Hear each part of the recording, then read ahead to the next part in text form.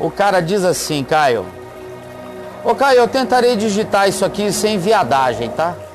Tá bom, sem viadagem é melhor. É melhor. No final Tudo sem viadagem é melhor. E na pergunta final dele, na hora que ele encerra a fala dele, ele é muito divertido no que ele fala. Que vamos ver aqui. Que bom.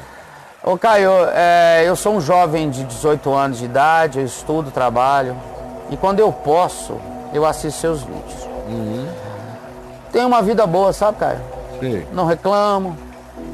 Porém, eu não me sinto bem comigo mesmo. Na maior parte do dia eu me sinto triste, irritado, com qualquer besteirinha. O nosso amiguinho aí tem idade? 18. 18. Isso facilita a saber né, com que e com quem se está falando. Aí ele tem uma vida boa, não reclama, se sente bem. Mas ele, na maior parte do dia, eu me sinto, vou voltar para a primeira pessoa que ele está narrando, eu me sinto triste e irritado com qualquer besteirinha. Eu sou uma pessoa muito solitária, sabe? Eu não possuo amigos. E faz mais de 2 anos que minha vida só se resume ao trabalho, curso e casa. Eu sou tomado sempre por um sentimento de culpa e tristeza quando eu tento agir como um jovem normal, sabe?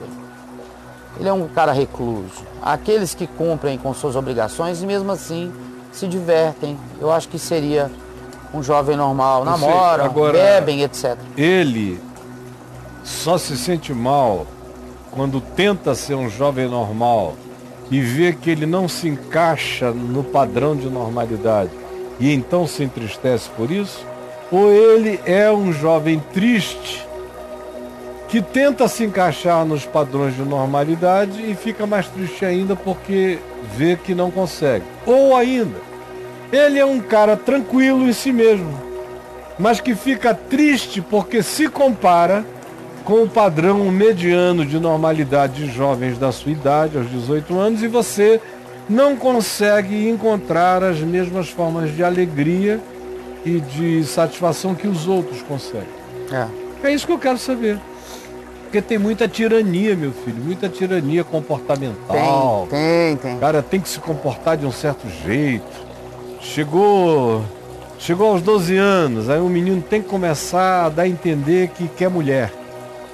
Senão já começa todo mundo a ficar grilado com o garoto, achando com que 12, ele 13 anos, e só brinca com os amigos pra lá e pra cá. Quando você fala em mulher, ele se retrai. Então, cara, você foi diferente, mas o seu filho pode ser diferente de você. Claro. Eu fui despertado para certas coisas criança. Coisas para as quais às vezes só se é despertado com 15, 16, 17 anos. Começou antes. Porque começou antes, nunca parou. E porque nunca parou, me enfadou antes da hora. Eu comecei a ficar de saco cheio de tudo que para todo mundo era novidade. Eu já estava de saco cheio porque eu comecei tão antes, tão intensamente e tão precocemente, que quando os outros estavam acordando para aquilo, eu já estava ficando enfadado daquilo. E o que eu ia fazer? Fingir de contas que eu estava legérrimo com a possibilidade de sair todo dia. Eu passei a vida saindo desde garoto. Eu comecei a sair quando os meus amigos iam para a cama 9 horas da noite, eu estava na rua, até de madrugada. Voltava escondido, roubava o carro do meu pai com 14 anos de idade, voltava às 7 da manhã. Pintava e bordava. Conclusão, quando eu cheguei na juventude, entrando na juventude adulta, eu já não aguentava mais. Aí comecei a me angustiar, porque eu não conseguia mais me sentir feliz com as mesmas coisas que antes me empolgavam quando eu era adolescente. E agora, na plenitude da juventude, vendo os meus amigos encantando-se com as mesmas coisas que para eles eram novidade, mas para mim já eram velharias cansativas, eu fui ficando muito frustrado, achando que eu tinha perdido o elan da vida.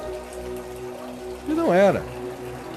Depois é que você vai aprendendo o significado dessa tirania de padronização de felicidade. Meu pai, por exemplo, nasceu, teve a paralisia infantil, no tempo que nem diagnóstico havia, sofreu uma injeção mal dada no nervo ciático e matou a perna de vez. Cresceu, ele disse que até aí os 14 anos ele dava uma pequena, se entretia com jogo de futebol no quintal da casa, com os irmãos e tal, jogava no gol com a muleta. E aí se dedicou a fazer barra e ganhou uma complexão física poderosa, fazia Cristo, isso, aquilo, subia em qualquer coisa. Mas para ele era mero exercício físico. Os irmãos saíam todos para as festas. Vamos, Caio, e tal. Ele podia ir, era um cara bonitinho, desenvolto, bom de papo, não sei o que e tal, mas ele preferia ficar lendo os clássicos universais, Dostoiévski, e lendo os filósofos racionalistas. Fez outras escolhas. E lendo direito, e tinha a Constituição Brasileira de Código de Direito Civil, Penal, tudo não sei o quê, na cabeça, no artigo não sei o quê, e outras leituras. Uhum.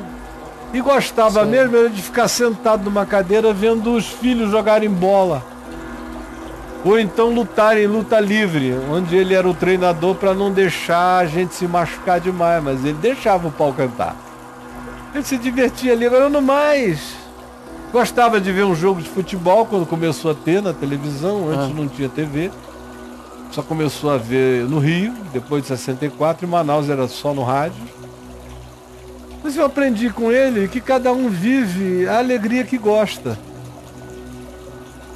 Então eu quero saber de você o seguinte, meu filho. Tudo que você disse aqui compara você com outros meninos da sua idade. Eu não quero saber disso. Quero saber de você. Você sozinho é um cara legal, feliz?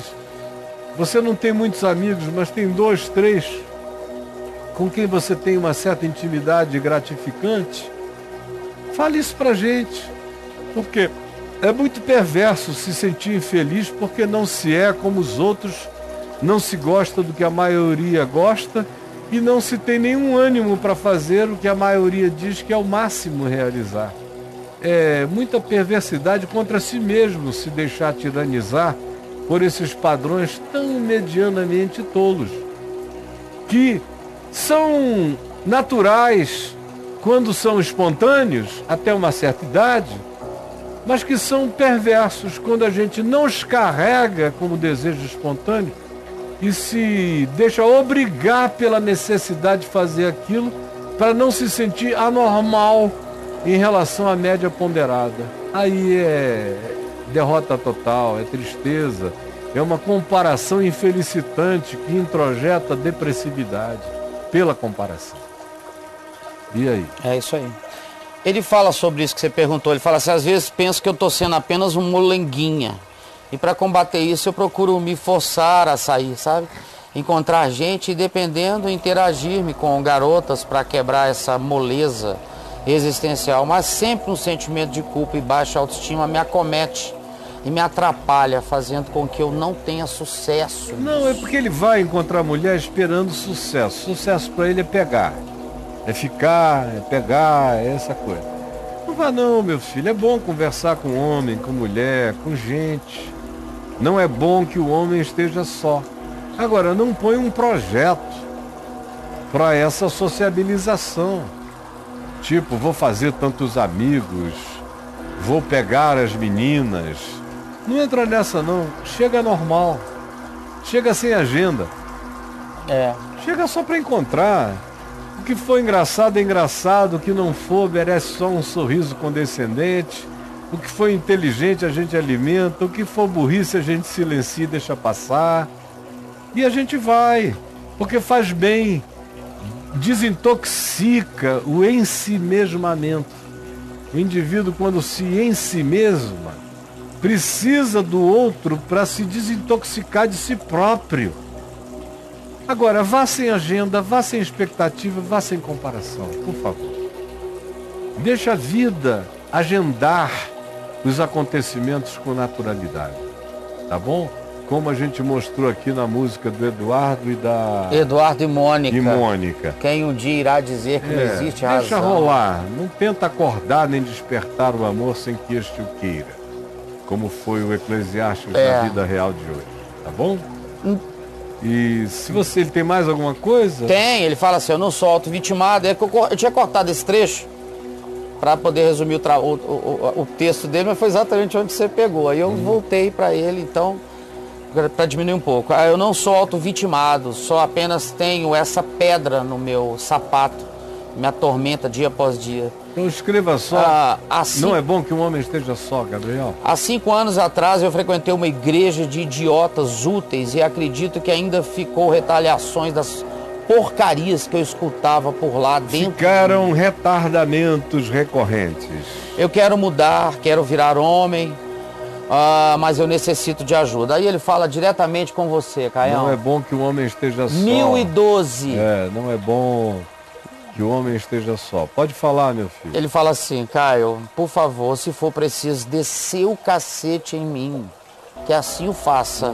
Eu só quero ficar bem e parar de ser bobo. Meu filho, ó, Me ajuda, Caio. não entre nessa de pensar que você é bobo só porque você está com 18 anos e não comeu ninguém, né? Falando Sim. português, claro. Isso, garoto. Ninguém está num conselho eclesiástico, graças a Deus eu estou livre disso, eu estou aqui para ajudar a gente.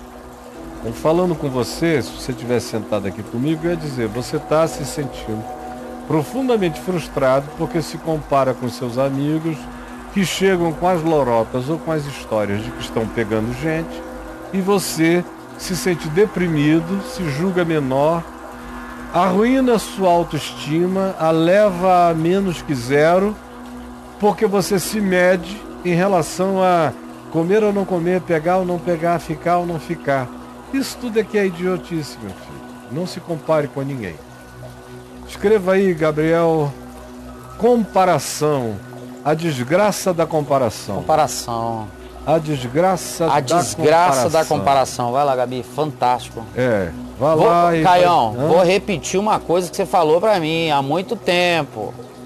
Não se compare, meu brother. É bom. Sobe pra ver quanto deu.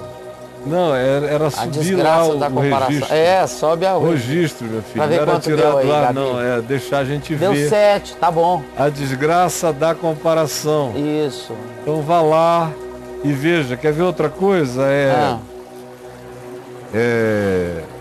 Amigos como referência.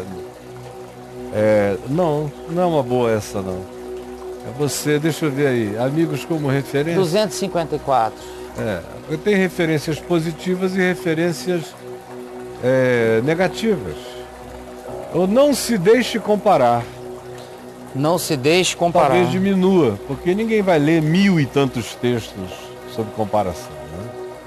Não se deixe comparar. 185. Já começou a diminuir. Legal. Né? Já ficou mais perto de você. Uhum. Tá bom, meu filhinho? Vá lá. E nós temos aqui 32 minutos para continuar.